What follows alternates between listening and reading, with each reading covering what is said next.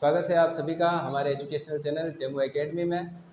हम आज बात करने वाले हैं सिलेंड्रिकल कैपेसिटर की। पिछले वीडियो में हमने पैरेलल प्लेट कैपेसिटर की कैपेसिटेंस निकाल ली थी। आज हम निकालेंगे सिलेंड्रिकल कैपेसिटर की कैपेसिटेंस की वैल्यू और स्फेरिकल कैपेसिटर की कैपेसिटेंस की वैल्यू।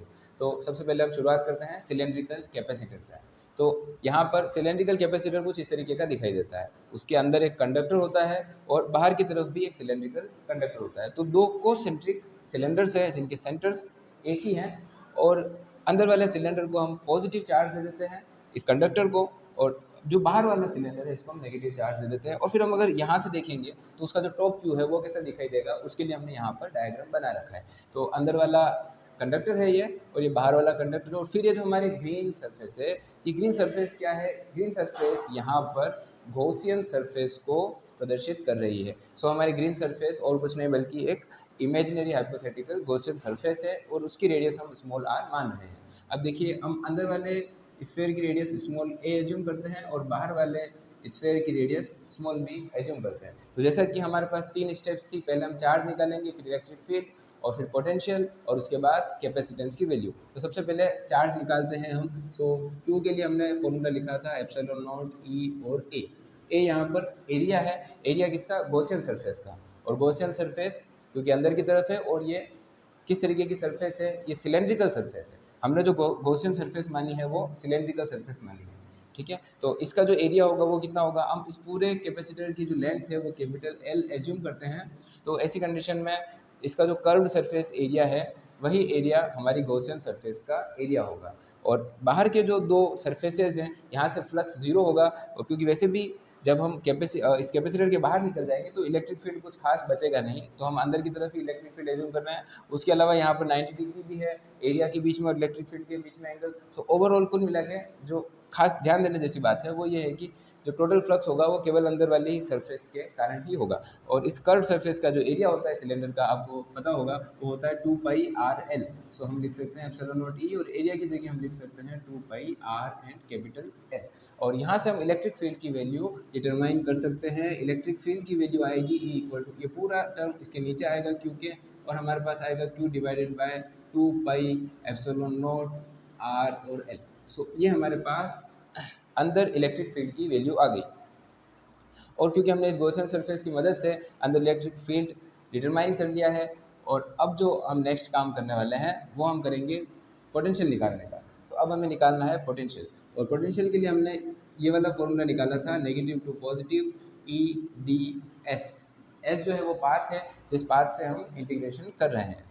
अब देखिए यहाँ पर ये जो ds है इसकी डायरेक्शन क्या होगी? नेगेटिव से पॉजिटिव की तरफ। नेगेटिव वाला जो स्फीयर है बाहर वाला, इसकी रेडियस हम स्मॉल b एज्यूम कर रहे हैं। सो नेगेटिव की जगह हम स्मॉल b लिखेंगे और पॉजिटिव की जगह हम स्मॉल a लिखेंगे।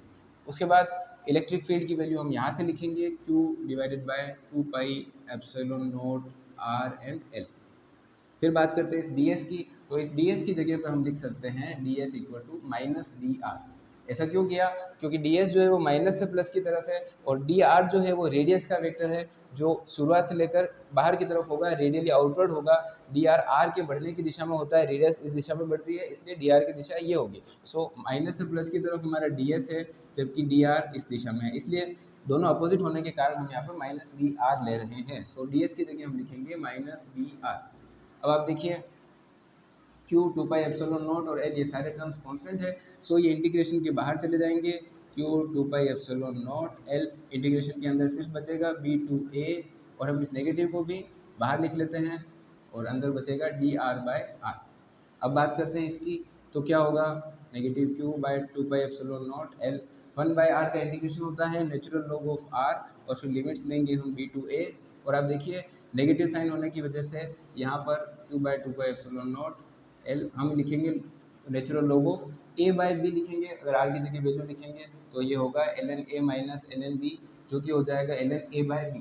लेकिन यहाँ पर एक नेगेटिव साइन है और इस नेगेटिव साइन की वजह से ये चीज़ पॉजिटिव और ये चीज़ नेगेटिव हो जाएगी। सो ओवरऑल जो हमारे पास टर्म बचेंगे वो ये होंगे Q by 2π epsilon nought L, और ये होगा ln B by ln A। So ये हमारे पास अब वैल्यू आ चुकी है पोटेंशियल की। सो पोटेंशियल की वैल्यू हमने निकाल ली। अब हमें ये वाला फॉर्मूला निकालना, कैपेसिटेंस की वैल्यू निकालनी है। तो हम थर्ड चरण पर आ चुके हैं, जो कि है C = Q/V वाला चरण। आपके पास Q है, आपको V इस Q के नीचे ले जाना है, तो आपके पास इधर Q/V बचेगा। ये पूरी टर्म इधर ऊपर आएगी, तो आपके पास आएगा 2πε0L, और ये ln B/A इधर नीचे आएगा डिनोमिनेटर में, तो आपके पास आएगा ln B/A।